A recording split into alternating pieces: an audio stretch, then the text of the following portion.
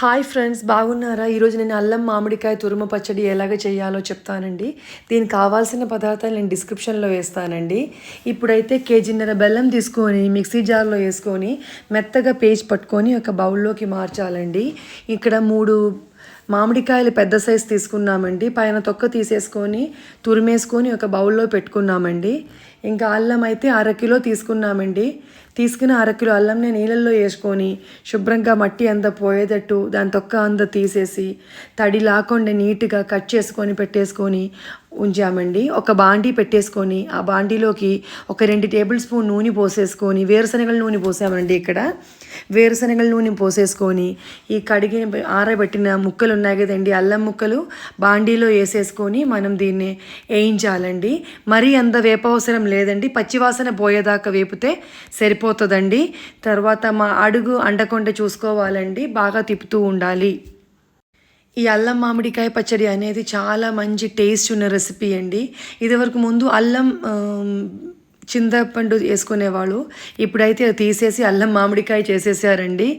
మామిడికాయ తురుము కూడా ఏం చేస్తున్నామంటే కొలతగా తీసుకుంటున్నామండి. ఇదొక 250 mlది గ్లాస్ అన్నమాట ఇప్పుడు తీసుకునేది. దానికి చూసారండి నిండగా వచ్చేసుకుంది. మా అత్తగారు ఏంటంటే ఆ తురిమిన దాన్నే కూడా మిక్సీ వేయమంటారు నన్ను. సో ఆ తురిమిన మామిడికాయ కూడా నేను మిక్సీ వేసేసుకొని పక్కన పెట్టేసుకున్నాము. ఈ అల్లం కూడా బాగా వేపుతున్నారనమాట. అల్లం అయిపోయింది లేండి, ఒక 10 minutes వేపితే సరిపోతుంది. మళ్ళీ ఆరబెట్టడానికి పెట్టాలి. ఈ లోపల్లో 1/2 కిలోలు వెల్లుల్లిపాయలు ఈ పచ్చడి కోసం తీసుకున్నామండి. 1/2 కిలోలు వెల్లుల్లిపాయలు కూడా మిక్సీ వేసేసుకొని పక్కన పెట్టేసుకోవాలండి. వేరొక బౌల్లో పెట్టేసుకోండి. ఈ పచ్చడి అయితే ఇడ్లీలోకి దోశలోకి చాలా బాగుంటుందండి. మంచి టేస్టీగానే ఉంటుంది. మా బాబుకి ఇది చాలా ఇష్టం అండి ఈ పచ్చడి. సో ఈ ఇయర్ కోసం మేము ఇది పడుతున్నాం అనమాట. లాస్ట్ ఇయర్లో పెట్టింది ఆల్రెడీ అయిపోయిందనమాట. ఈ లోపల ఏమో అల్లం కూడా మిక్సీ వేసేస్తున్నామండి. అల్లం మిక్సీ వేసేసుకొని పక్కన పెట్టేసుకోవాలి. ఇప్పుడు అన్నీ మనం మిక్సీ వేసుకొని పక్కన పెట్టేసుకొని ఒక వెల్లుల్లిపాయలు తప్ప మిగతా అన్నీ ఒక బౌల్లోకి మనం ఒక గిన్నెలోకి నేను మిక్సీ వేసిన మామిడికాయ తురుము కూడా మిక్సీ వేసాము కదండి, వేసుకొని ఒక బౌల్లో వేసేసామండి. ఇప్పుడేమో ఆ డబ్బాకి 200 గ్రాములు కల్లుప్పండి ఎండలో ఆరబెట్టేసుకొని తడితనం ఏమి లేకుండా ఆరబెట్టేసుకొని మిక్సీ వేసామండి. అదొక 200 grams పోసామండి అందులోకి. తర్వాత అదే సేమ్ బౌల్లోనే గ్లాసులోనే ఏం కొలతగా తీసుకున్నామంటే పచ్చి కారం అండి. మనం పచ్చళ్ళకి వాడే కారం కూడా 200 grams కారం తీసుకున్నామండి. 200 grams కారం తీసుకున్నామండి ఇందులోకి. తర్వాత ఇప్పుడు మీరు చూస్తున్నారు కదండి, మళ్ళీ అన్నీ మిక్సీ అయిపోయిందండి. బాగా చేత్తో కలిపేసుకున్నాము. ఇంకా తాలింపు వేసేసుకోవాలండి. తాలింపు వేసుకోవడానికి అడుగు మందంగా ఉన్న గిన్నె పెట్టేసుకొని నేను ఇక్కడైతే 750 ml వేరుశనగల నూనె గానా నూనె వాడానండి.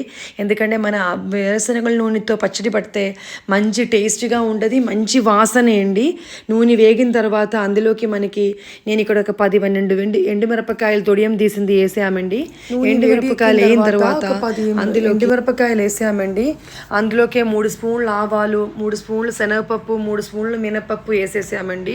10 వెల్లుల్లిపాయలు రబ్బలు దంచేసేసుకొని కూడా వేసేసామండి. అందులోకే బాగా వేగిన తర్వాత అందులోకి కరివేపాకు గుప్పుడు వేసుకొని కరివేపాకు కూడా బాగా అయిన తర్వాత ఎండుమిరపకాయలు అన్ని తాలింపు మంచిగా అయిపోయిన తర్వాత పచ్చడిలోకి వేసేయాలండి.